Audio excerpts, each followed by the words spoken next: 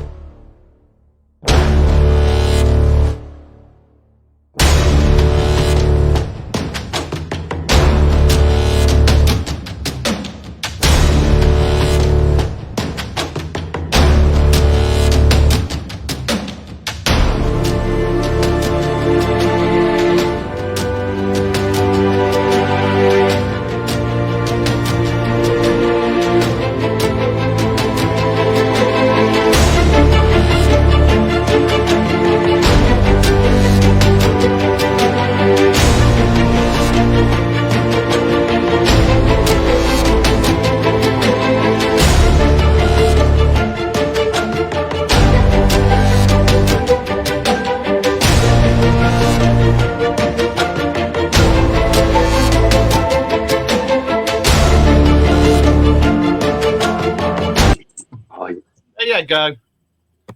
Right, good evening, and welcome to the Dark Mirror Show. And this week, he's done it. He's made it. He's got his Jester hat on instead of his Hooper from the. Do you remember the film Hooper? Instead of the Hooper helmet that he had on last week, he's actually here. It was brilliant to get when he played stuntman. But yeah, and we have Mr. Vinny Vineyard with us, who has more fingers and more eyes than I can count on my hand. Oh shit! So you know it's.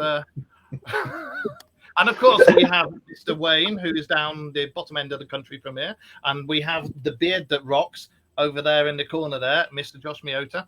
And again, we have Miota with us, who I've seen the stuff that he posts, and he's been on my Facebook for a long time. But it's nice to actually have you on there finally as a guest. So how the very devil are you? I'm doing great, man. Thank you for having me. I appreciate any opportunity to get out here so I can pontificate my wares and talk about all things funky down here in the American South. Well, would you like to, because you do some fucking weird shit, man. Would you like to tell everybody what the hell you do? Well, I was a pro wrestler for a long time. I was a bass player in a hip-hop band for a long time. I was in radio, stand-up comic. But right now we're focusing a lot on filmmaking. We make movies that go all over the world, TV shows too. I'm about to be in a show called, we just got done wrapping season 1, called Weird Roads, which I was a taxi I own taxi cab companies in the South, and when you drive taxis in the American South, it's different than other places, because in other places you're going to see the Knicks play, you're going to work, or you're doing this. But in the South, everybody has cars down here. So when you do a taxi ride in the South, there's somebody's in peril. So there's always a weird story. There's a lot of weird architecture. There's beautiful vistas. There's a lot of criminal activity. So anyway, it's a show about all the weird roads that I have traversed down in Tennessee, North Carolina, Georgia, Kentucky, Virginia, that type of stuff.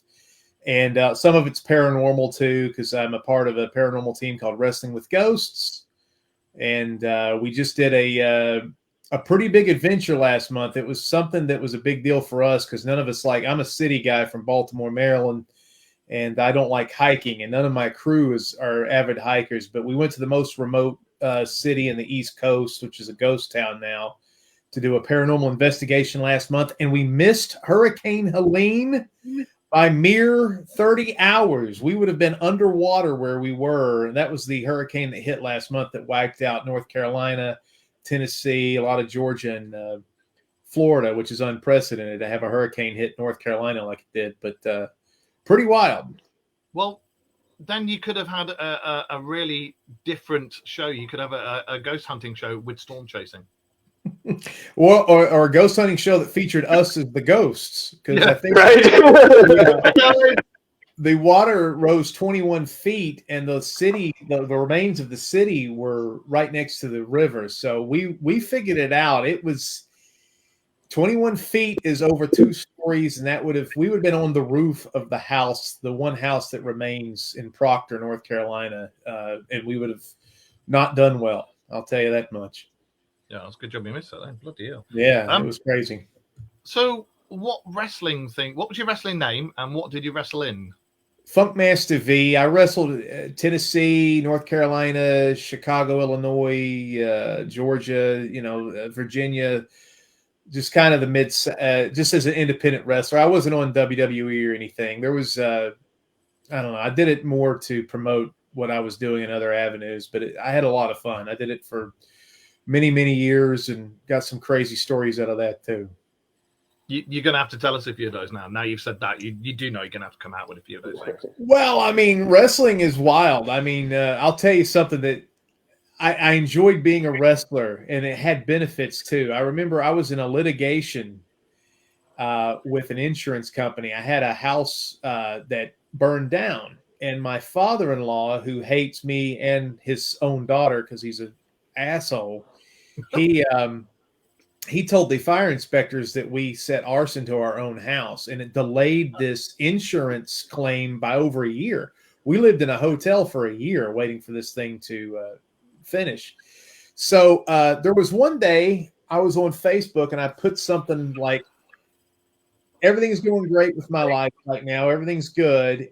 If my insurance adjuster would get his head out of his ass and come up with some sort of arrangement to settle this claim, I wouldn't have to go over there and, put him in the figure 4 leg lock. Well, apparently this horrified him. This terrified him.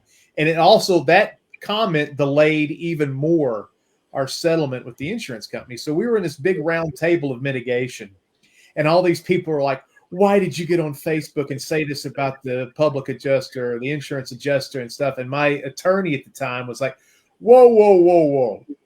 My client is a professional wrestler, and he gets paid to say outlandish things like this. And everybody on the other side of the table, they were all like, oh, you're a professional wrestler? And they started asking questions like, what is it? Oh, so anyway, it was like, it basically what happened was it turned everybody to be like a friend of mine or a fan of mine. And then we got much more money than we were even expecting. So in that regard, it was pretty awesome. Another crazy story is that I got, somebody called me one day and they were like, there is a title belt. Nobody knows what this is.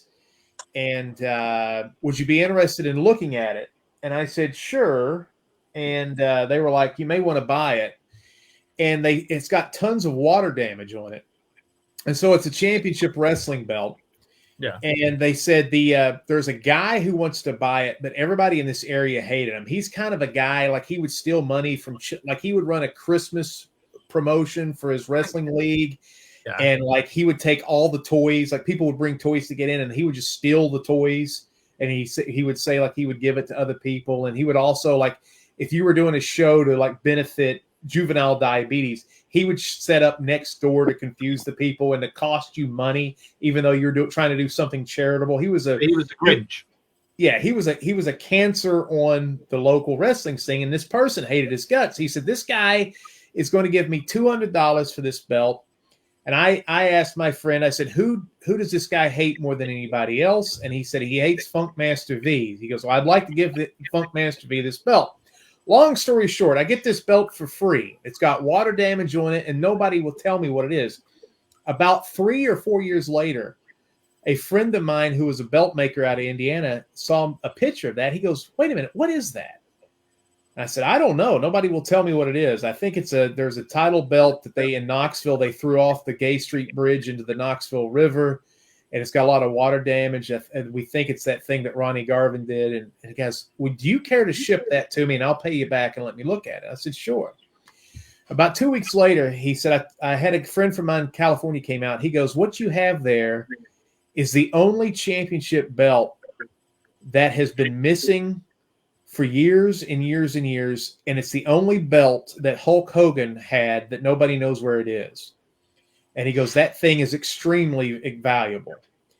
Uh-huh. And not only was Hulk Hogan had it, there was other guys too. It was the territory was owned by Ric Flair and Blackjack Mulligan, and Ole Anderson held it, and Abdullah the Butcher held it, and Kamala held it, and part of the Midnight Express. I think Dennis Condrey held it. Anyway, but the main draw was this was the only belt that nobody knew where that Hulk Hogan actually had it, and the only title he ever held that wasn't a world title.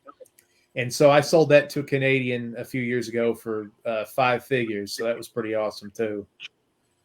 So wrestling's been beneficial. I feel over here we do, because I liked watching the what's it called now? It's not WWE. Is it WWE?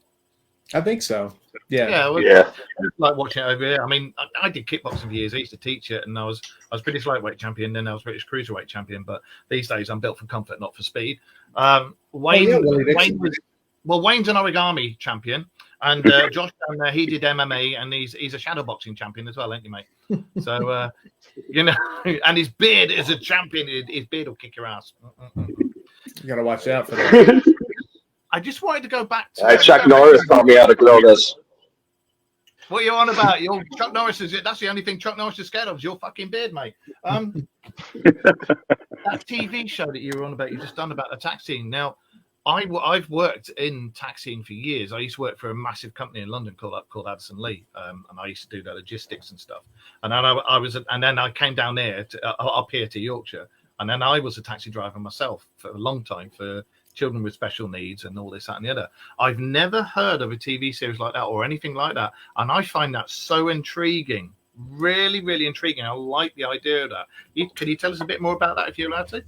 Yeah, I mean, it's I'm from a big city on the East Coast, so I'm not from New York. I did live in New York for a minute, but I'm from Baltimore, Maryland, which is like a crime capital, but it's a city. It's a smaller New York kind of. It's kind of like a little small. It's a little smaller than Philadelphia, but it's a big city. So taxi work is so different. When you're in the South, like tomorrow, I've got to drive, and I know you British people, you're always freaked out about how far we drive. I've got a round trip tomorrow that's going to be about 300 miles to take somebody somewhere and then come back home. Yeah. And, I mean, I'm going almost out of the state, and so when you do taxi work down here, it's just way far. Yeah. And you don't know what you're going to see. You don't know what you're going to get into. And a lot of the paranormal stuff with my paranormal group, we go past haunted locations. We go past strange, and the South has so much strange history too. And beautiful roads. I mean, some of the episodes that we have, there's one episode where we go to 2 different castles, which is weird for us. Our castles here typically are religious based. People always build castles apparently in the South to either pontificate their religious beliefs or they're afraid of the apocalypse. There was another episode where we visit Goats on a Roof, which is a roller coaster where there's goats all over the roof. But there's one that's Copperhead Road. We do an episode of the real Copperhead Road was a moonshine route from Kentucky down to Knoxville, Tennessee. And there's a mediocre rock song about it. But, there's a lot of legends about that road. A lot of there's a 30 to 40 minute stretch of that road where there's no houses. There's no gas stations. There's just 500 foot sheer drop offs to your death if you miss the road, and abandoned coal mines. And there's a really odd religious structure out there that's in a segregated cemetery. And like I said, this is just stuff that we've picked up, just doing the taxi work. And we went to a place, the producer of the show, we went to a place that's a abandoned city that was some guy made a printing press, and it took off, but it's in the middle of nowhere. And this was over 100 years ago, and now it's empty. We were in this place, and they had a basketball hoop. And the guy I'm with is an atheist. He doesn't believe in God. He doesn't believe in the paranormal or anything like that. And, dude, we are in the middle of nowhere, and we're right where the basketball hoop is, and you hear children and a dog. And we're just like, and the guy, he is a war veteran.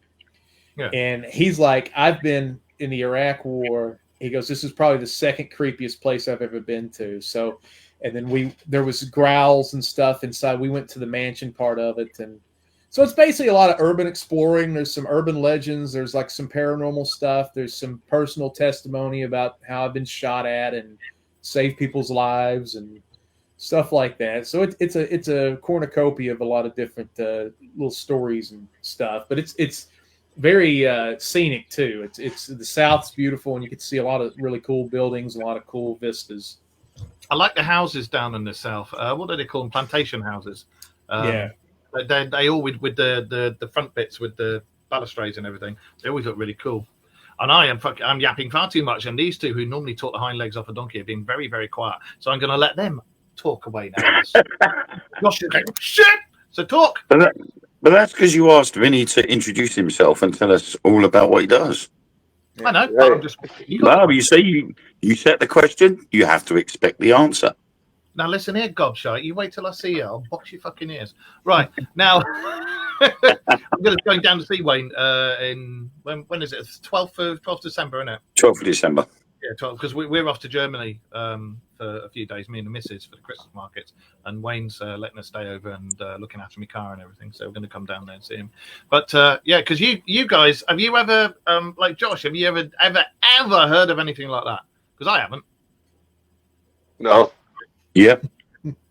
You have. A place called Milton Abbas.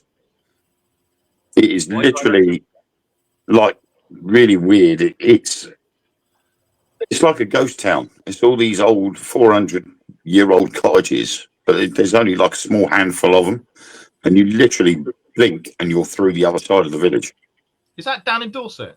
Yeah, on the way to Weymouth. Yeah. And it literally has just got a pub at the very top of it's just one street, and there's a pub at the top, and then a row of cottage houses, and then that's it. But there's nothing for like 20 miles before it, and nothing for about 20 miles after it. Well, I used to live down that way.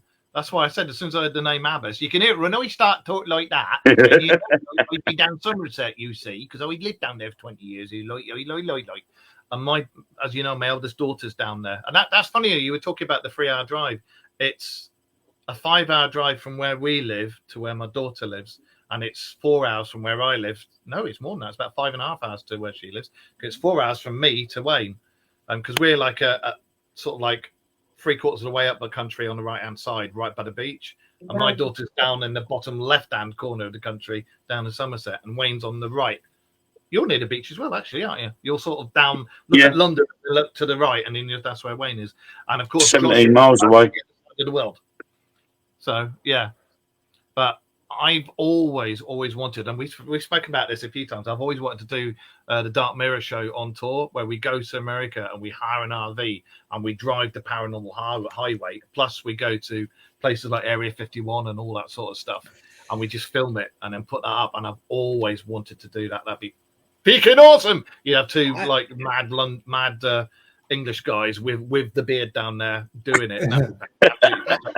I was lucky enough to be an actor in a movie called Vinny's Fantastic Rock and Roll Adventure, and the guy I kept my name. I was the lead in that movie, and it was a trip of a lifetime. We went from Tennessee, Knoxville, up to Chicago, and we went down Route 66, which went through Missouri, Texas, New Mexico. Then we shot up to Vegas, over to Utah, LA, through Arizona. And it was an amazing trek. And the American West, people talk about overpopulation being a problem. There is a lot of space. There is a lot of nothing. And I swear to God, you can go out and on a clear day, see the back of your head in some of those places. And there's a lot of places we could put human beings and stuff over there. But it was an amazing trip. And there was a lot of ghost towns out west. Especially on the Route 66 parts of it, where you would see like a street sign that would say something like Walker with an arrow, and you would see about 6 or 7 buildings, a church, maybe like City Hall, a couple of domiciles, and they're all abandoned on a dirt road. And you drive in some more, and then you'll see another one that would say something like Proctor or something, and you'd see the same thing. And I was like, we were on such a shooting crunch I wanted to, man, I was like, God, we got to go check out some of these abandoned cities. I mean, that to me, that's the most exciting thing ever. Yeah. But I love urban exploring, and especially stuff out in the middle of nowhere. You're like, man, this is some cool shit. But we didn't get a chance to really poke our head around there. I'll do that later, though. I can imagine seeing like the city notice board, welcome to such and such population, and then like it's like a countdown where it starts off at like 1,000 and then at like 998, right the way down to 0. Where somebody just crossed out and put the next number in. Centralia, isn't it? Because Centralia is what they based. Silent Hill. Yeah. I went through Centralia too. That was wild. I'd see that's a place I'd like to go to just to have a look, because it's still burning, isn't it? All the coal seams. That's what they say. It's I'll tell you, Centralia is. I've heard all the legends. I saw the TV show about it. I heard it was about Silent Hill. I heard everything about it. When you go there, it's 100% completely different than what you think it's going to be. Yeah. It's really close to other towns. I don't know. In my head, I kind of thought it would be very remote city, but there's like a biggish town.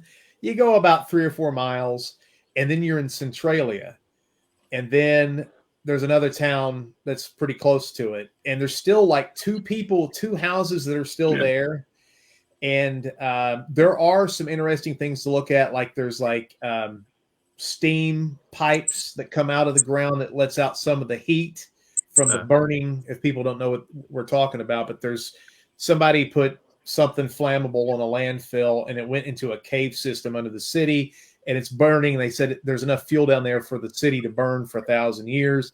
Like he said, the game Silent Hill's based on it. And so like the road started to warp. A house like went into the earth, and then there was like spontaneous combustions that would occasionally happen. Nobody ever got hurt. The craziest thing about it is there's a road that's melted, and you can go there with the spray can and like tag it. You can do graffiti. I think they've removed that. I'm not sure because I went in 2018. But the craziest thing is the vegetation. The vegetation, there are leaves that are as big as this room. It's because of the heat, and so there's almost like a tropical situation going on with the flora, and it looks like you're like King Kong's about to come out and gobble you up or whatever. It's pretty wild. So, you were saying when I was talking to you last week, wasn't it? Your favorite things that you like looking into is the Legend of Spearfinger. Well, I'm not big on cryptids. I know that's probably not popular because I'm always somebody that's like, hey, we got to see. So Spearfinger, though, is an exception. And the thing that was wild is that our show, Wrestling with Ghosts, which we're starting to put our episodes on YouTube, but it was on a bunch of small American TV shows.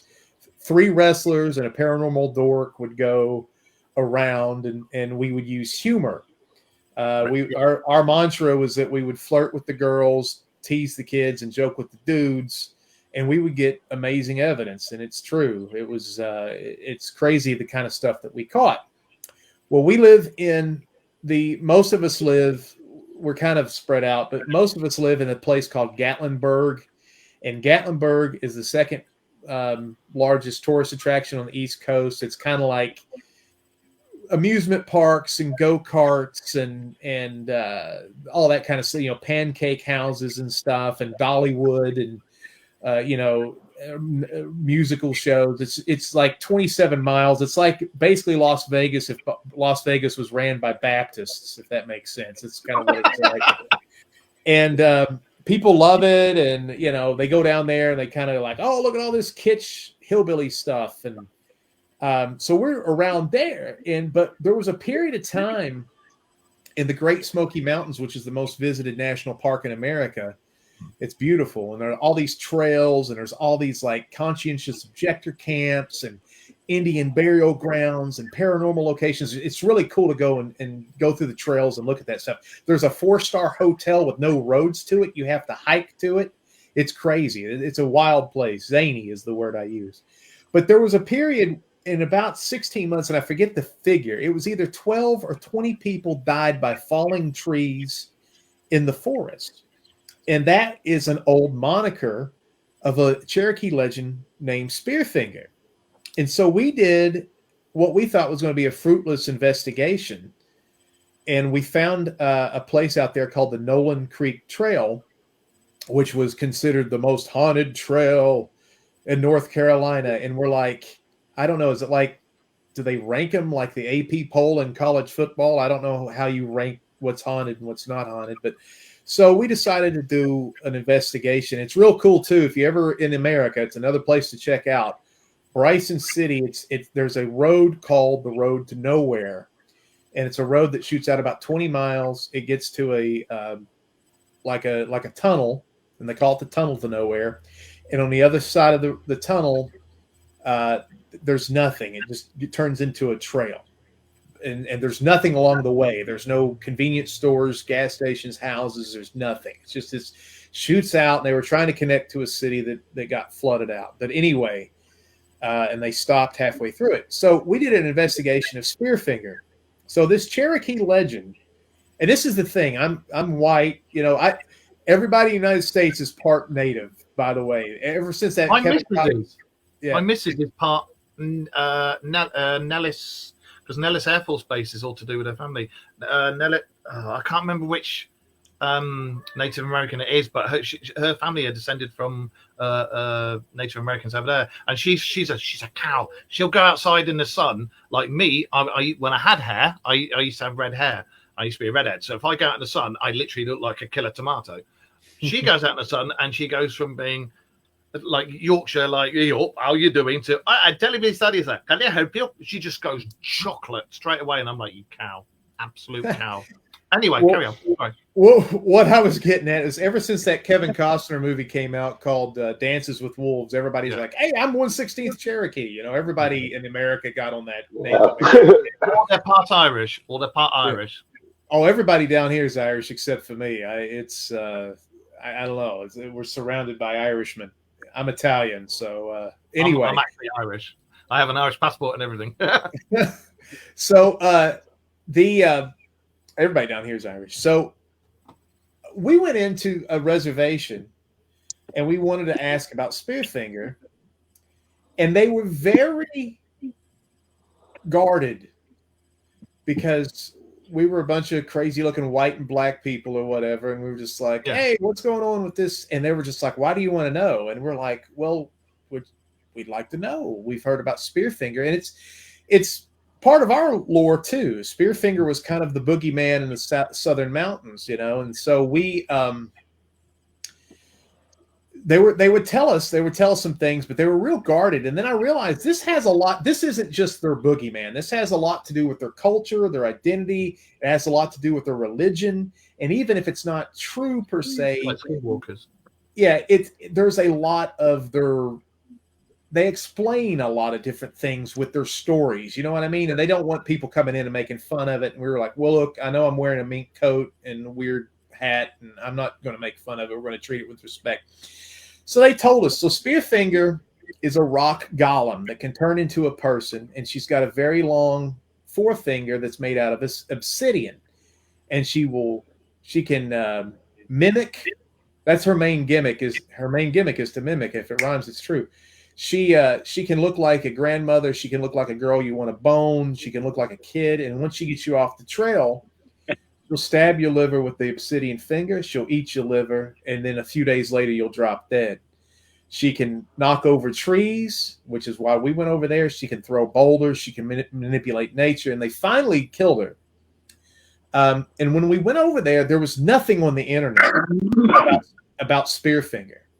Nothing.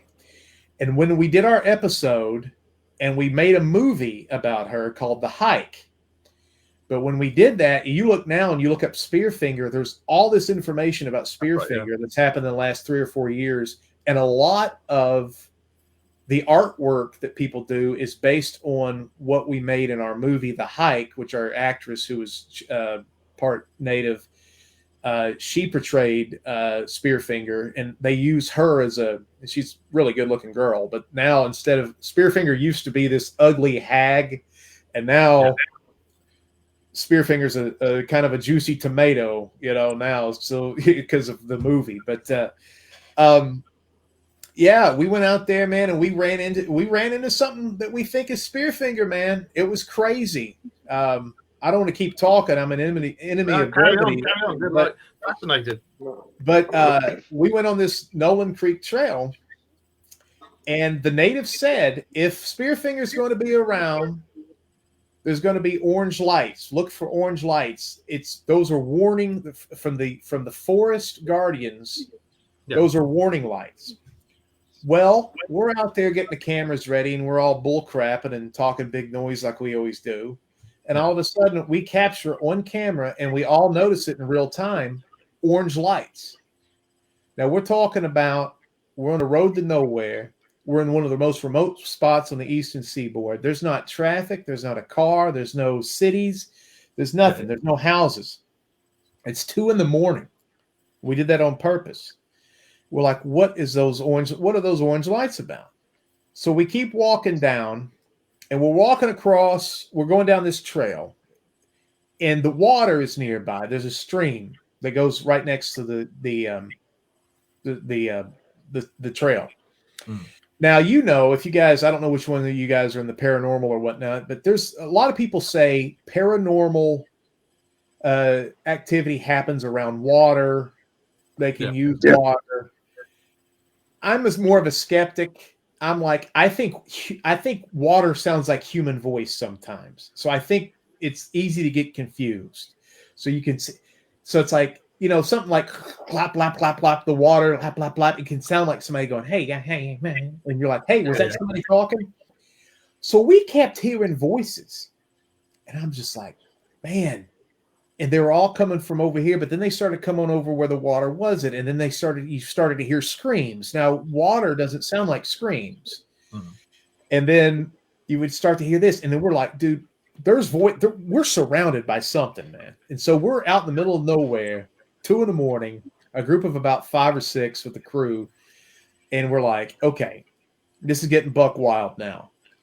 Well, all of a sudden, I got the camera and I'm in the back. And I hear behind me Luke, who my tag team partner in pro wrestling, 7 feet tall. His name's Big Luke. He looks like a summertime Santa Claus, or he looks like a guy that you know how they when they cut men out of wood, with a chainsaw. The guy with the big beard and the big hair. That's what his beard puts my man's over here is a shame. Josh is over here. Mine too. He's got this big ass beard, long hair. He's 7 feet tall. DZ Top on steroids. Lumberjack. Yeah, he looks like a lumberjack. So I hear him behind me go, hey, guys, Luke is in front of the group, 15, 20 feet in front of us. And I sit there and go, whoa. So we stop the camera. We go back and listen to it. Hey, guys, right behind. We got a directional camera. We hear the hey, guys, behind us. There's nobody behind us. I was the last man down. And so we're like, Spearfinger is a mimic. And so we're like, what is that about? We walk about another 50 feet, 100 feet. A rock, and we caught this on camera too, flies out of the woods, misses my daughter's head by an inch. Shit. And hits the tree with the velocity of Nolan Ryan fastball. Whap! There's nobody around us. There's no campers. There's nothing. And the rock itself, funny enough, my 7 foot tall bearded, fella, my tag team partner, he's an amateur gemologist. He picks the rock up. He goes, this rock has no business being in the Smoky Mountains. Now, he said what the rock was. I'm not an amateur gemologist, so that information went right out of my head. But this is a foreign rock to this area, which is it's not indigenous to that area. So we keep hearing the blah, blah, blah, screams, and we're all kind of like, okay, this is getting kind of weird, and we hope nobody gets hurt. We get to a beaver dam, and the beaver dam goes across the river, and we're sitting there going, dude, it's about 2:50 in the morning. None of us are great swimmers. None of us are great athletes anymore. We're all pro wrestlers, and all of our knees are shot. if anybody gets hurt, we're going to have to carry our fat asses out of the woods for over a mile. Let's not brave the Beaver Dam. And we're all in agreement. Okay, we're not going to try to leg across the Beaver Dam. And right then, we turn around, and my daughter's, all her legs are covered in monarch butterflies. Huh. I have no idea what that means, but monarch butterflies are not nocturnal. There is a word for that. They're like human beings. They go through the day. Yeah. I don't know what the word is, but they're all over her legs. And I've had some spiritual people and some witches and some pagans and some natives say that that's a big spiritual thing, and I've since forgotten what that means. But as soon as we walk back from that spot all the way to our car, those human voices and screams and shit from the river, we didn't hear one, which validated the point that what we were hearing was not the natural. Yeah. It wasn't water. It was something. We were hearing something else. Now, I don't know if we passed the test. I don't know if the spirit guardians, if Spearfinger was like, all right, these people suck. I don't know what it was. I don't know what happened, but there definitely was a situation where we were out there and there was something. And if whoever's in the paranormal with you guys, if you're in something, you can be in a situation where it's like, ooh, God, ooh. And then for an inexplicable reason, all that tension, all that energy, all the spookiness, the camera sometimes falls. All of that tension resolves, and it feels like you're walking around the food court in the mall. There's no fear at all. There's no vibe. Yeah, and we were all like, there's nothing left.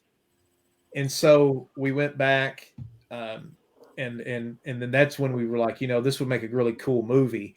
And it's also, we decided to make a series of 6 movies, which are horror comedies, about legends and lore of the Appalachian South, because as filmmakers, there's a lot of New York shit. There's a lot of stuff, Chicago, Texas, LA. There's not a lot about the Appalachian South. And so we've helped Spearfinger become more popular.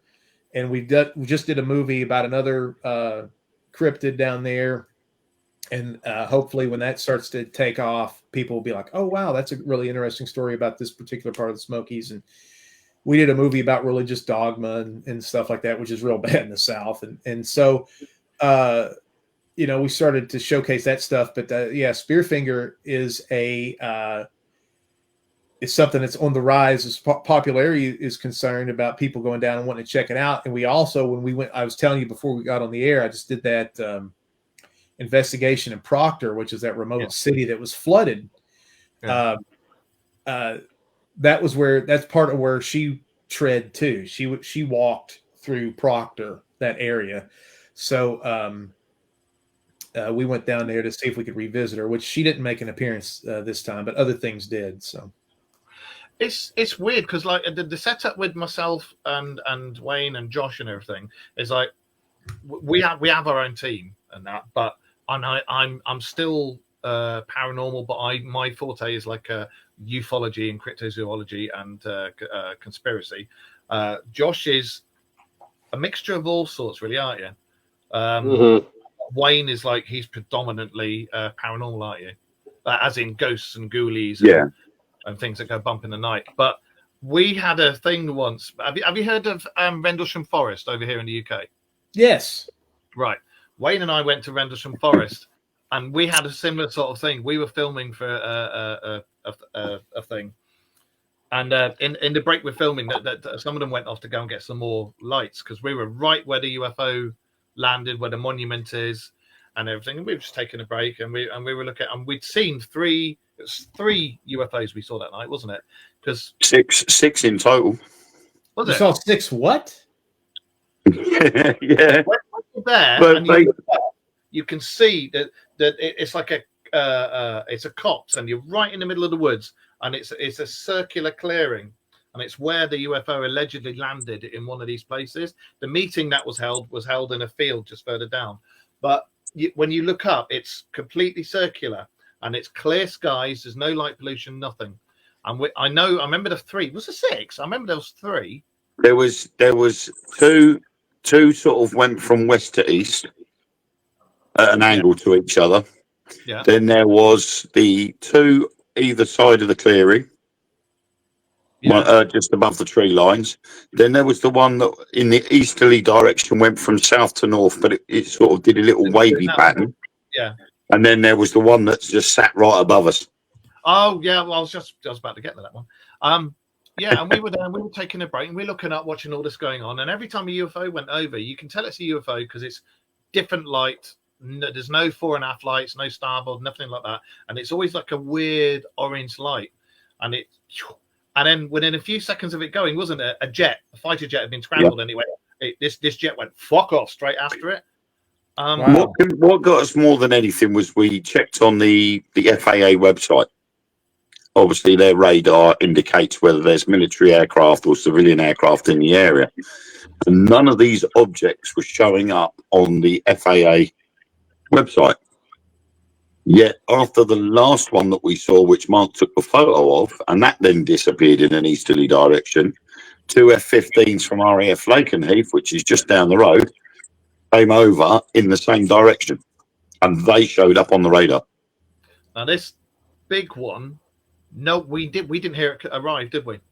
No. When it was a clear night, there was no clouds, and when we were looking up at the cots, I went, Wayne, what the fuck is that? Wasn't it? And he looked up, and you had three points of light on a triangle. And remember, clear night, you could see all the stars and everything.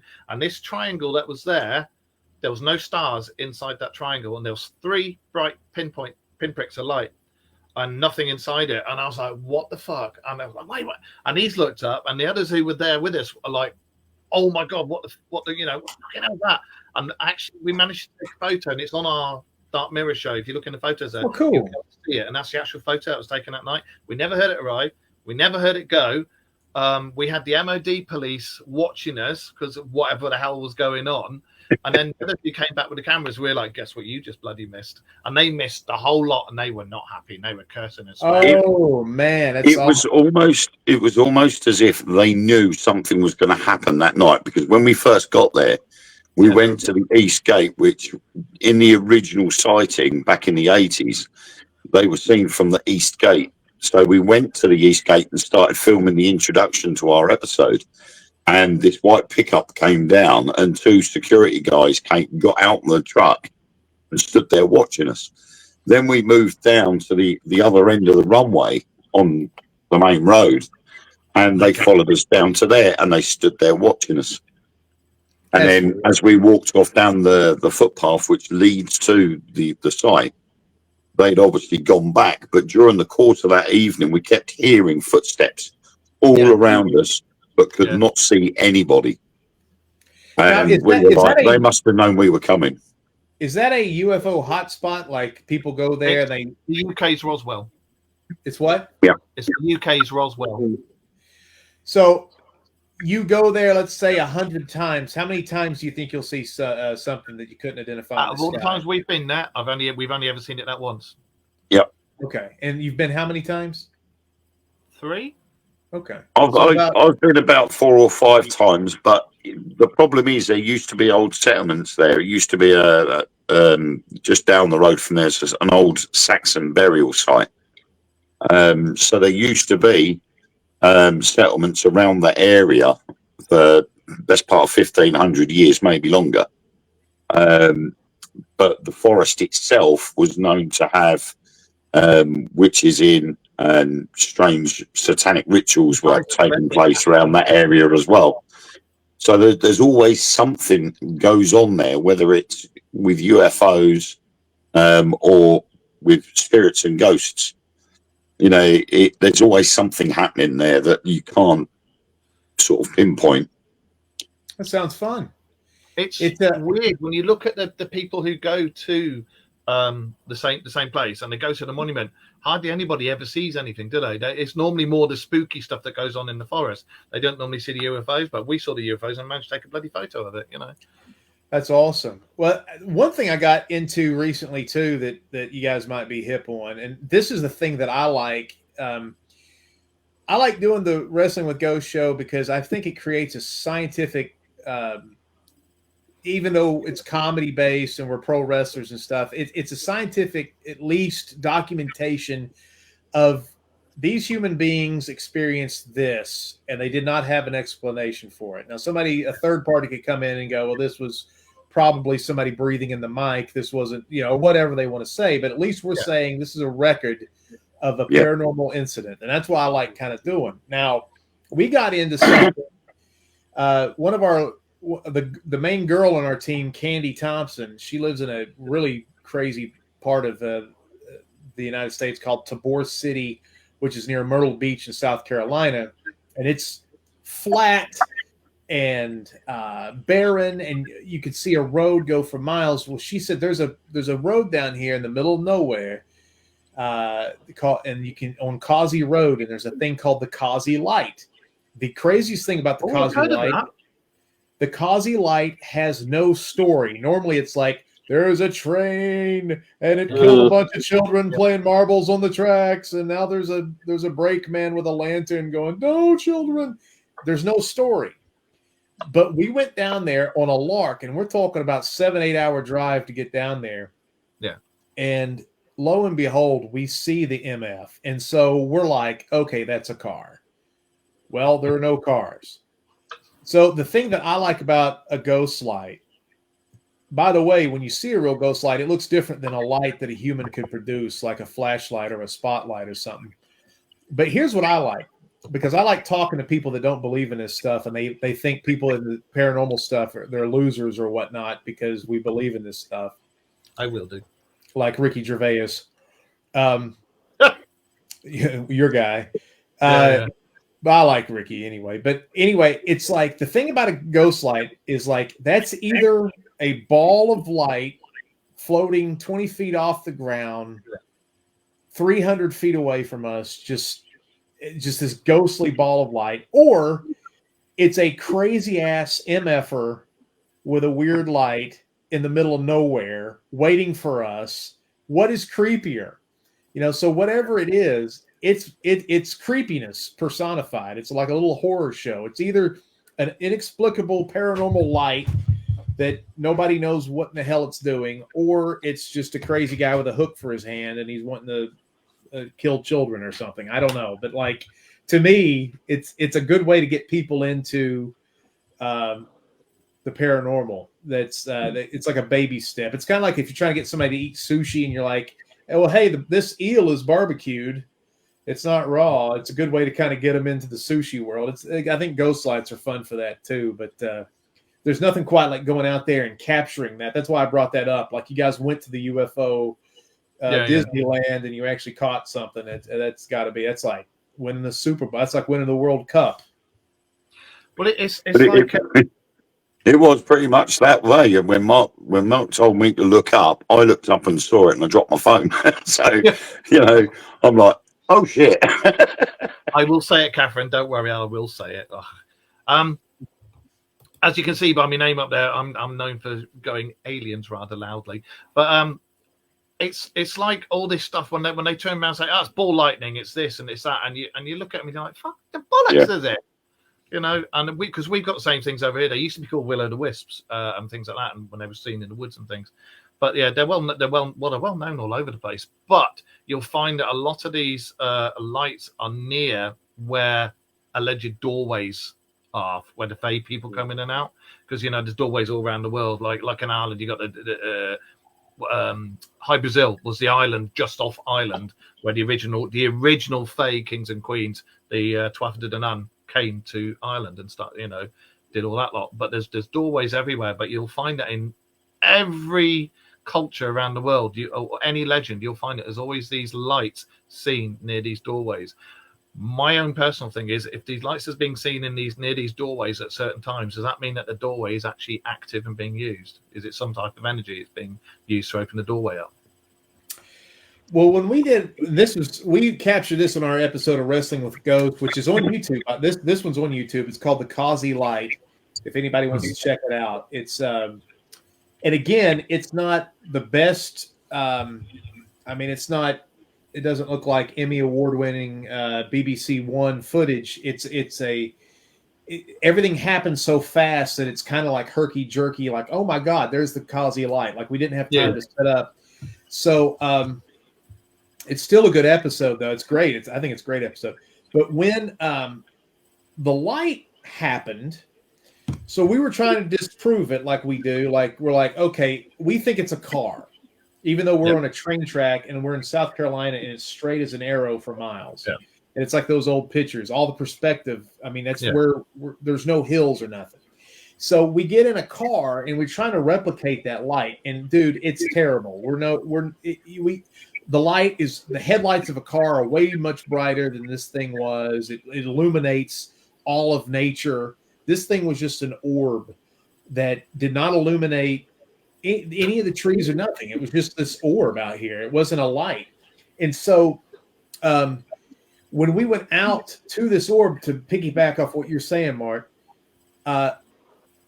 there was this turnoff that kind of came off the road and it went straight into like this dirt mud road. And my car almost got stuck. We kind of did this. We hung a right turn and then we're right there in the mud. But as we were out there, part of the team was like watching, like, hey, what you guys doing down there? And we were on the walkie-talkie. This purple light encapsulates all of us. Yeah. And they're all like, there's purple light encapsulating you. We don't have any purple lights. We didn't have any funky disco lights in the car or nothing like that. It was just like, and we're sitting there going, there's blue smog all around way around us at 1 a.m. Like, what is that about? You know? And so have no idea. And it encapsulated and it was thick and it just passed on. But you could see it even on a camera from a quarter of a mile away. It just encapsulated where that orb was. So what was that? You know, I mean, that's crazy energy or light or fog or who knows. See, like with us, I mean, I'm a huge believer in it. I'm gonna say it, Catherine. All right. I'm a huge believer in aliens, and I don't think that we are the only speck of dust out in the cosmos that's got we say intelligent life, but look at all of our politicians. But hey, anyway, there's I think we have a lot of visitors from elsewhere, as in the aliens, and we have visitors from underneath the crust of the earth, which I think also get mistaken for aliens. There you go. You've had it 3 times tonight. Jesus. But I think there is a hell of a lot of stuff coming because in all the Josh and myself and Wayne, we go down various rabbit holes when we do research and things, and everything is pointing to it's 2027, isn't it? It's supposed to be something coming end of this year, beginning of next year, and they have to do final full disclosure by 2027. And again, this is not our opinion. This is just what we found with research. And whistleblowers in the bobberment, we can't say the G word because when we say the G word, it triggers something, and we get all our stuff cut off when we're filming and when we're broadcasting, and all the comments and stuff get cut. So we can't say the G word. But bobberment. What's the G word? Can we spell it? Bobberment's with a G instead of a B. Oh, okay. Right. Really? When you say the G word, all your stuff goes the same way? We've had the show stopped loads of times when we've done that because we keep hitting the nail on the head and with certain things. But they've been told they have to do the bobberments all around the world, not just ours or yours, but everybody. They have to do full disclosure by 2027, and we're supposed to have definitive proof of it's either the end of this year or the beginning of next year. But if we don't and they don't come out with anything, they've got till 27 allegedly before all the shit hits the fan and everybody comes out and goes, we told you we were here, we told you should have told them, you're fucked. So we don't know what's going to happen, but yeah. Did you with the American politician coming out saying that they had unidentified crafts, and they kind of admitted that a couple of years ago when COVID was going on, what do you think? Why did they wait till then? And why do you think they did that? And why do you think they're trying to hide something or cover something up with that? Or it's got to the point. Yeah. We've done various shows, all of us, and I'm going to let fucking Josh talk in a minute because he's just sat there and his beard's itching. Well, I'll answer that one. I know within a lot of areas within the UFO community, there's apparently somebody who's going to show up in 2027. And they pretty much told the world governments, hey, if we got somebody to come arrest on your planet, you can either expel them, and they're like really deeply involved in our governments, or we're going to just come and arrest them, and you can deal with the aftermath of our civilization. You know, Somebody's going to come. Are you saying somebody from another planet? Apparently. Yeah, another group. Yeah. Are they going to present themselves like, hello? Offshore. It'll be offshore, isn't it? Off the coasts. You're going to start seeing lots of sightings that'll be just off the edge of the sea, so you can stand on the beach and see them, but they won't come in because they don't want to scare you. But there's going to be lots more sightings of that, and because of the advent of social media, better and better cameras, and all the stuff that everybody's putting out there, and as soon as they take a photo, it's out there for the world to see. Everybody's a camera now. Yeah, and it's got to the point with all the leaks and all the whistleblowers, the Bobberments of the world have no choice. They have to come out with whatever is going on and let us know. Well, I don't know why it's this date, but it has to come out by this year anyway. I hate to bring up politics, but if either of you saw the Trump-Rogan interview, and when Joe Rogan asked Trump about what did you learn about UFOs when you were president last time, and he's like, there's stuff on Mars. Yeah, and he said there's stuff on Mars, and then Joe Rogan kind of joked about it, and he's like, no, you need to look at Mars. He put a lot of emphasis on that. Yeah. And Tesla doesn't talk about the Mars mission anymore. Yeah. And I was watching a documentary today, and it was done by a guy called George Knapp. He's a reporter in Vegas. I've heard of him. And he's done a series called Investigation Alien. And it turns out that after the disclosure, the Pentagon then went back on that disclosure and said, we don't have anything. We've never reverse engineered anything. Yeah. We've never produced any stuff that's 500 years, 1,000 years more advanced. But he's actually managed to contact a new whistleblower who is now helping him build some documentation to counteract the Arrow project, which was what discredited alien spacecraft and stuff. There's supposed to be another big conference. That will go back to Congress. Sorry, Josh? There's what he was talking about. That's supposed to be in the next couple of weeks, actually. Yeah. It's to be a big. We've only got. Yeah, I mean this was filmed. I think this was filmed back in March. I think March this year, and that's only just been released over here on Netflix. And I was having a look at it, and I'm like, oh my god, this is pretty cool. Well, the other thing before we go to was the Kennedy files is going to be opened up as soon as he hits office. I don't know if you heard that as well. He said that on Joe Rogan. There's a lot of weird stuff with that. I can't actually say, but from what I was told, they all said it was all this and it was all that, and it was the guy that got taken out. It wasn't him; it was somebody up on the bridge, and that comes from somebody who worked inside the Bobberman and has the knowledge. And we've actually spoken to him, interviewed him, and he said, "Oh yeah, it was this guy on the bridge." So you never know if that does come out. It does, but. I love the fact that you've used the word Bobberment and that you so much that you can interject it into a sentence like it's a real word. I think it's part of your lexicon. I like that. Yeah, I think it triggers whatever the face, whatever is used, and as soon as you say that word, it kicks off and they start monitoring. So we've had that loads of times before, so we have to be very careful. Yeah, I think the last time that we ended up losing all our comments, and we had to restart the live 3 times. And in the end, afterwards, I said to Mark, "We're going to have a code word." Yeah. So we say Bobberments. But what pisses me off about the Bobberments is, like, especially the UK and the US, because they're all up each other's asses, and they're all just as corrupt as each other.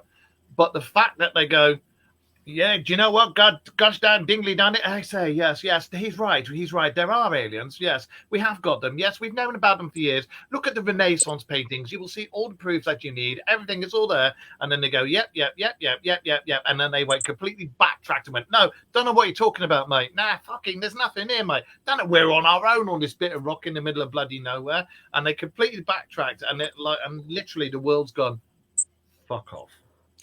I just think it's crazy that the guy came out during COVID, said there's evidence of UFOs, and he didn't come out and say anything crazy. And then this world is so screwed up right now that nobody even gave a crap. It was just like, we know. I thought when the government finally would go, hey, it's real, that it would stop the presses, it would be on the nightly news, it would be, there would be nonstop news. It was just like, whatever. I mean, it's so funny. Our populations, I love America, don't get me wrong, but our government is so crappy, and our news sources all the news channels over here are terrible. You just have to become jaded, or you're an idiot. You have to become complete cynics to everything you're told. The government could come out and go, hey, the sky is blue. And then you're like, whoa, is it really? Why are they lying to me right now? I hate that it's gotten that way, but we just were like, whatever, we know. What's that say? The G-Word guys, there are movies, CCTV videos, pictures, eyewitness accounts, release documents from you guys. Former 51 employees who have come forward and literal common sense. Stop trying to hide it and tell us that it's not real. We already don't have any faith in anything you say ever. So at this point, you say they're not real, and we hear they are, but we don't want to admit it. Exactly. That's the whole reason why they backtrack, because they know as soon as they turn around and go, yes, they're here. Yes, they're real. Yes, we know about them. They've then got to explain why they've been hiding it for all these years. And it's that we don't want to do. I know you guys are about to end, but what's happening in 27? Are they going to come here and just have a cookout with us, or are they going to? Yeah, they're going to come and have a barbecue. Is it dangerous, or is it goodwill? Is it? I don't think it's dangerous. Most of us think it's not dangerous, isn't it? Yeah.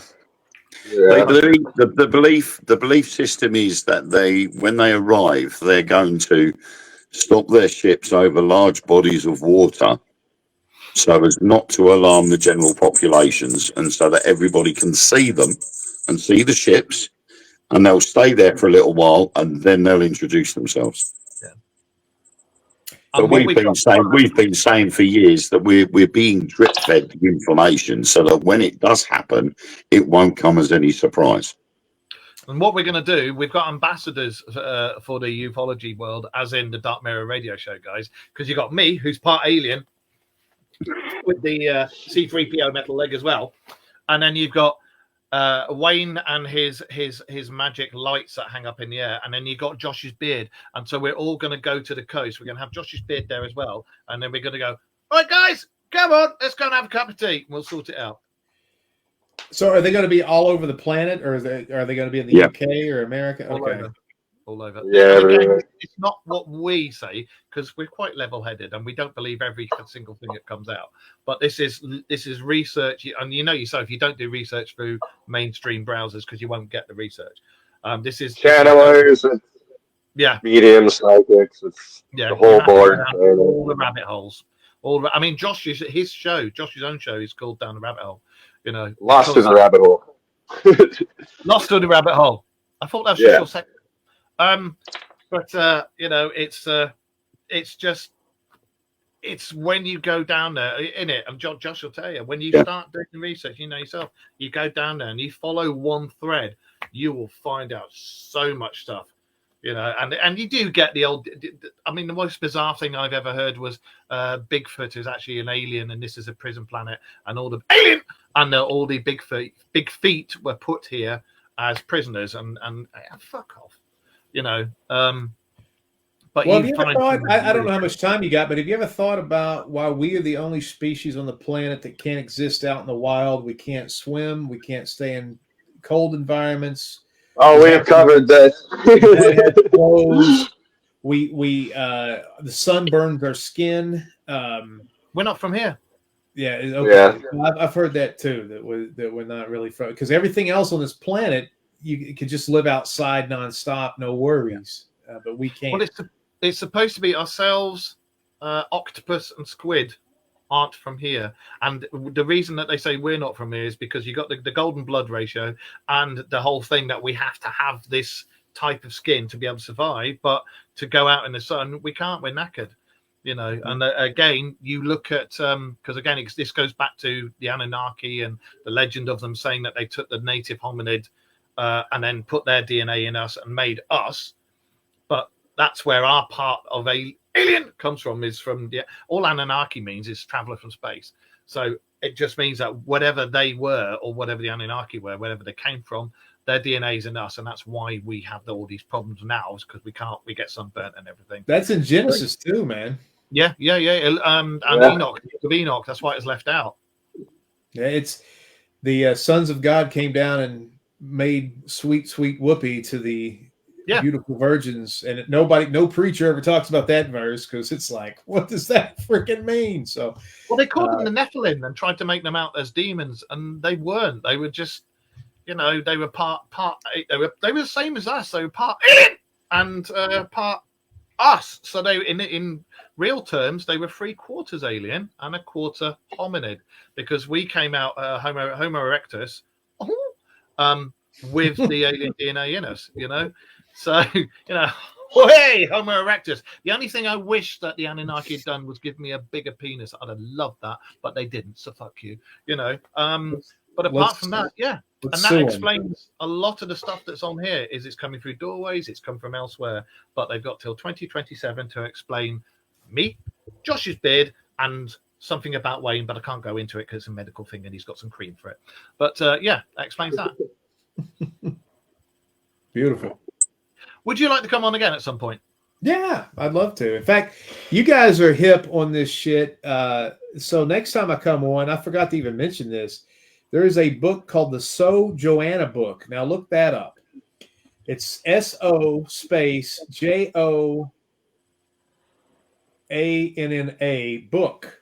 It's a book that was found in the American South, and it's got all these coordinates and crypt ciphers, and it's a travel book with a bunch of scribbling in it that nobody knows what it is, and there's a whole society trying to decipher what the point or what the spirituality of this book is. Yeah. And what's crazy is our first four movies, The Hike, WJHCAM, Camp Smokey, and Showdown in Secret City, all correlate with keywords that were written in this book over 70 years ago, and the coordinates of where, because if you ever go to our website, we show where all these stories are taking place. These coordinates line up with all of these, like, yep, that's it, the So Joanna book, yep. And you'll actually see on the fandom Wikipedia thing, they'll reference our movies. And I actually had a guy contact me. He wore a mask on my podcast. It was like Iceberg Slim. He did not want to be identified. But he accused us of actually creating the hoax to promote our movies. And I'm like, I don't even know what you're talking about. But Spearfinger is a code word. There's a code word in one of our movies, Wormwood, which is in it. A lot of the coordinates, it's just crazy. That was total coincidence. But it's crazy how there's a whole society is trying to decipher what all that stuff means, and they're kind of making a little bit of progress with what the original author was trying to get at. So it's wild. What is something? Check it out. I was going to say, we do a Christmas show every year. We do a Christmas show, and we have a quiz, and we have a drink whilst we're doing it, and this, that, and the other. Would you like to come on and join us on our Christmas show? And trust me, it's an honor to be invited onto the Dark Mirror Christmas show. I would love to. Us three, yourself, and there'll be a couple of other guests who we deem worthy enough to come on. And again, we do a quiz show. It's nothing, and the questions aren't paranormal; they're general knowledge, which pisses a lot of people off because they go, no. So yeah. And then you have a drink as you're doing it, and the talk, and you can go on as long as you want, and the talk gets better and better and better the more the drink flows, and it's always an awesome time. So would you like to join us? I would love to, if we could figure out the time zone that I'm in, correlating to you. But by the way, this is the third week I tried to get on your show, and it just kept getting. it was weird. It was like it's like I'm an alien. It's like I was on Mars trying to get on your show. I couldn't figure out what time you guys were rocking and rolling. Yeah, it takes a while to get used to. Yeah.